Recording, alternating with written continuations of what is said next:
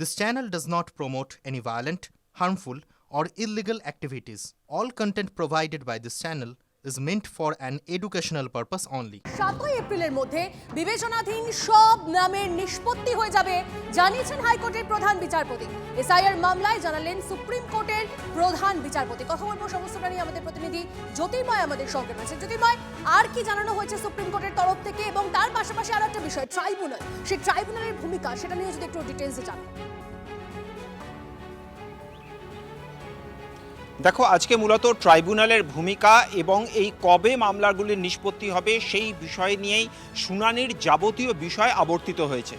কলকাতা হাইকোর্টের প্রধান বিচারপতি তিনি দুটি চিঠি দিয়েছেন। সেই চিঠিতে তিনি জানিয়েছেন যে ট্রাইব্যুনাল ইতিমধ্যেই গঠন করা হয়েছে, কোথায় সেই ট্রাইব্যুনাল কাজ করবে, কোন জায়গা নেওয়া হয়েছে সেই সম্পর্কিত বিস্তারিত তথ্য তিনি জানিয়ে দিয়েছেন। যেটা গুরুত্বপূর্ণ পয়েন্ট তা হচ্ছে 7ই এপ্রিলের মধ্যে বিকেল 4টের মধ্যে সমস্ত মামলা অ্যাডজুডিকেট হয়ে যাবে বলে জানানো হয়েছে। ইতিমধ্যেই 47 লক্ষ নামের নিষ্পত্তি হয়ে গিয়েছে। প্রত্যেক দিন গড়ে 2 লক্ষ করে, সর্বাধিক 2 লক্ষ করে নামের নিষ্পত্তি হচ্ছে। সেক্ষেত্রে 7ই এপ্রিলের মধ্যে যাবতীয় নামের নিষ্পত্তি হয়ে যাবে বলে জানানো হয়েছে। যেটা গুরুত্বপূর্ণ নির্দেশ আজকে প্রধান বিচারপতি সূর্যকান্ত জানিয়ে দিয়েছেন যে এই অ্যাপেলেট ট্রাইব্যুনাল কিভাবে কাজ করবে, তার রূপরেখা কী হবে, সেই কাজের পদ্ধতি ঠিক করবেন অ্যাপেলেট ট্রাইব্যুনালের যে বিচারকরা রয়েছেন তারা। এবং এই অ্যাপেলেট ট্রাইব্যুনালে যারা জাজরা এসছেন তাদেরকে প্রশিক্ষণ দেওয়া হচ্ছে। এই প্রশিক্ষণের কাজ আজকের মধ্যে শেষ করতে হবে। কল্যাণ বন্দ্যোপাধ্যায় এই প্রশিক্ষণ নিয়ে আপত্তি করেন। তিনি বলেন যে এটা একটি কোয়াসি জুডিশিয়াল ডিপার্টমেন্ট, তাদেরকে কখনোই কমিশন তাদেরকে প্রশিক্ষণ দিতে পারে না। তার প্রেক্ষিতে কোর্ট স্পষ্টভাবে জানিয়ে দিয়েছে যে জাজরা তারা কিভাবে কাজ করবেন সে বিষয়ে কোনো নির্দেশ দেওয়া হচ্ছে না। তা কাজের পদ্ধতিটা তাদের বুঝিয়ে দেওয়া হচ্ছে যে কি কাজ তাদের করতে হবে। তাদের ভাস্ট এক্সপিরিয়েন্স রয়েছে, কিন্তু এ ধরনের কাজ তারা প্রথম করছেন। স্বাভাবিকভাবেই তারা কাজের ধরনটা বুঝে নিচ্ছেন, কিন্তু পদ্ধতিটা তারা নিজেরা ঠিক করবেন। জানিয়ে দেওয়া হয়েছে অ্যাপেলেট ট্রাইব্যুনাল কিভাবে কাজ করবে তা প্রাক্তন প্রধান বিচারপতিরা যারা দায়িত্বে রয়েছেন তারা নিজেরা ঠিক করবেন। দ্বিতীয়ত গুরুত্বপূর্ণ পয়েন্ট তা হচ্ছে এই অ্যাপেলেট ট্রাইব্যুনালে যারা আবেদন করেছেন বা যাদের নাম বাদ গিয়েছে, কেন তাদের নাম বাদ গিয়েছে সেই কারণ দর্শানোর বা সেই যাবতীয় রেকর্ড কমিশনকে এই অ্যাপেলেট ট্রাইব্যুনালের সামনে রাখার নির্দেশ দেওয়া হয়েছে। অর্থাৎ কোনো ব্যক্তি যখন তার নামের সপক্ষে সওয়াল করতে যাবেন তখন কেন তার নাম কমিশন বাদ দিয়েছে সেই সংক্রান্ত যাবতীয় তথ্য কমিশনের তরফ থেকে এই অ্যাপেলেট ট্রাইব্যুনালকে জানাতে হবে, যার ভিত্তিতে এই শুনানি হবে। রাজ্যের তরফ থেকে আবেদন করা হয় যে যেহেতু এটি একটি অ্যাডমিনিস্ট্রেটিভ ইস্যু, সেক্ষেত্রে রাজ্যের যিনি অ্যাডভোকেট জেনারেল রয়েছেন তাকে এক্ষেত্রে রিপ্রেজেন্ট করার সুবিধা দেওয়া হোক। এই বিষয়টি অ্যাপেলেট ট্রাইব্যুনালের কাছে আবেদন করতে বলা হয়েছে। এর পাশাপাশি যেটা গুরুত্বপূর্ণ বিষয়, ডকুমেন্টস নিয়ে প্রশ্ন আছে। অনেক ডকুমেন্টস যা এর আগে অ্যাডজুডিকেশনের সময় গ্রহণ করা হয়নি, সেই ডকুমেন্টস নেওয়া হবে কিনা তা নিয়ে প্রশ্ন ওঠে। কোর্ট জানিয়ে দিয়েছে যে সমস্ত ডকুমেন্টস তারা দিতে পারেন, কিন্তু সেই ডকুমেন্টস ভেরিফাই করে নেওয়ার এখতিয়ার রয়েছে এক্ষেত্রে ট্রাইব্যুনালের মাথায় যে বিচারকরা রয়েছেন তাদের, এবং তারা সেটা ভেরিফাই করে নেবেন। এর পাশাপাশি যেদিকে আমাদের আজকে নজর ছিল, এমন অনেক প্রার্থী রয়েছেন যে প্রার্থীরা তাদের নাম বাদ গিয়েছে, মনোনয়ন জমা দেওয়ার শেষ তারিখ 6 তারিখ, ফলত তারা মনোনয়ন জমা দিতে পারবেন না। তাদের বিষয়গুলি এই অ্যাপেলেট ট্রাইব্যুনালে উল্লেখ করতে বলা হয়েছে এবং দ্রুত তার নিষ্পত্তি করতে বা প্রথম তার নিষ্পত্তি করতে বলা হয়েছে। এর পাশাপাশি যেদিকে আমাদের নজর থাকবে তা হচ্ছে 7ই এপ্রিলের মধ্যে যাবতীয় কাজ শেষ হয়ে যাবে, এবং সেই যাবতীয় কাজ শেষের পরে 6ই এপ্রিল এই মামলার পরবর্তী শুনানির দিন ঠিক হয়েছে।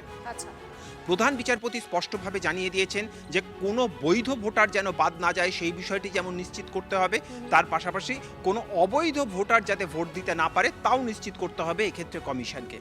বেশ ধন্যবাদ জ্যোতি।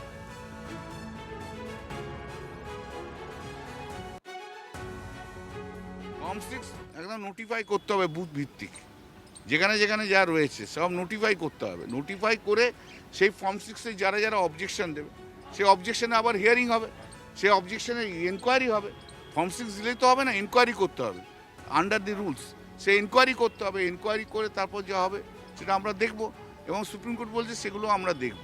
কিন্তু সুপ্রিম কোর্ট প্রাইমা ফেসি যেটা ওরেল অবজার্ভ করেছে যে ফাইনাল ভোটার লিস্ট সাবমিট হয়ে যাওয়ার পর এখন কোনো স্কোপ নেই ফর্ম 6 নেওয়ার, ওরাল অবজারভেশন। আমি এটা বলছি যে ওরাল অবজারভেশন, যে কোনো স্কোপ নেই। অর্থাৎ এই ফর্ম 6 দিয়ে যে নাচানাচি করছে বিজেপি, সেটা কিছু হবে না। এবারে আপনি হয়তো ফর্ম 6 জমা দিয়েছেন, আমি হয়তো অবজেকশন দিয়েছি, তাহলে আমি যখন অবজেকশন দিলাম তখন তো আমাকেও ডাকতে হবে হিয়ারিংয়ে। এটা যদি না হয় তাহলে এন্টার ফর্ম 6 বলেছে, সুপ্রিম কোর্ট বলেছে আমরা এখন এই ইস্যুটাতে ঢুকবো না, কিন্তু আমরা ইস্যুটা সম্বন্ধে সজাগ হলো, আমরা দেখবো পরে। যদি কোনো গ্রিভান্স থাকে, এসব যদি না হয়, ইউ কাম বিফোর। মামলার পরবর্তী শুনানি 6 এপ্রিল। 7 এপ্রিলের মধ্যে বিবেচনাধীন সব নামের নিষ্পত্তি হয়ে যাবে জানিয়েছেন হাইকোর্টের প্রধান বিচারপতি। এসআইআর মামলায় জানালেন সুপ্রিম কোর্টের প্রধান বিচারপতি। ইতিমধ্যেই বিবেচনাধীন 47 লক্ষ নিষ্পত্তি হয়ে গেছে। সুপ্রিম কোর্টের রায় খুশি প্রতিক্রিয়া মমতা বন্দ্যোপাধ্যায়ের। ভিন রাজ্যের ভোটারদের নাম আর ঢোকানো যাবে না, দাবি তৃণমূল নেত্রীর। দেখে দেখে নাম বাদ দেওয়া হয়েছে। আজকে আমি কৃতজ্ঞ।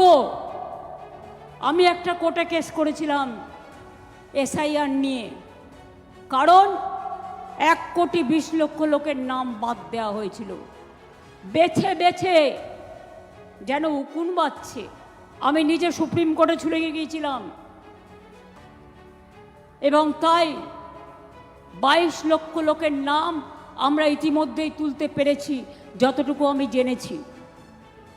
18 লক্ষ বাদ আছে, তাদের প্রত্যেককে অ্যাপিল করাতে হবে, ট্রিব্যুনালে যেতে হবে, খরচা আমরা দেব। আজকে আমি খুশি, সুপ্রিম কোর্ট ভালো রায় দিয়েছে। এই যে জমা করছিল বাইরের নাম, 6 নম্বর ফর্ম, বাইরের আউটসাইডারদের ভোটারদের নিয়ে পদ্ম ফুলের বস্তা দিয়ে বাইরের নাম ঢোকাচ্ছিল। সুপ্রিম কোর্ট বলে দিয়েছে হবে না। বিজেপি নেতা আইনজীবী তরুণজ্যোতি তিওয়ারি এই মুহূর্তে আমাদের সঙ্গে রয়েছেন। তরুণজ্যোতি বাবু, 7 এপ্রিলের মধ্যে বিবেচনাধীন সব নামের নিষ্পত্তি হয়ে যাবে জানিয়েছেন হাইকোর্টের প্রধান বিচারপতি, এবং এই এসআইআর মামলায় জানালেন সুপ্রিম কোর্টের প্রধান বিচারপতি। যদিও মমতা বন্দ্যোপাধ্যায় তিনি বলেছেন যে তিনি খুশি এই রায়। তিনি কি বলতেন? দুঃখী। দেখুন, ভূত চলে গেছে। আমরা প্রথম থেকে বলে আসলাম, কোন যোগ্য ব্যক্তির নাম যেন বাদ না যায়, কোন অযোগ্য ব্যক্তির নাম যেন না থাকে। মমতা বন্দ্যোপাধ্যায় চাইলেন ভূত রেখে দিতে, শিফটেড রেখে দিতে, যেগুলো নিয়ে উনি বারবার ভোটে যেতেন। প্রক্রিয়া স্বচ্ছ হবে আমরা চেয়েছিলাম, তা হচ্ছে। কারণ মমতা বন্দ্যোপাধ্যায় বুঝে গেছেন, যার খুশি হন বা অখুশি হন, তার টাইমটা লিমিটেড। তিনি বুঝে গেছেন আর কয়েকদিন পরে তিনি আর রাজ্যের মুখ্যমন্ত্রী নেই, তার সরকার চলে যাচ্ছে। এই সময় তিনি দুঃখী সেটা বলবেন মানুষকে? আমি আবার বলছি, তার যাওয়ার সময় দেওয়াল লেখন হয়ে গেছে, সবকিছু পরিষ্কার, সবকিছু পরিষ্কার। তো এই তো সিচুয়েশন। বেশ, অনেক ধন্যবাদ আপনাকে।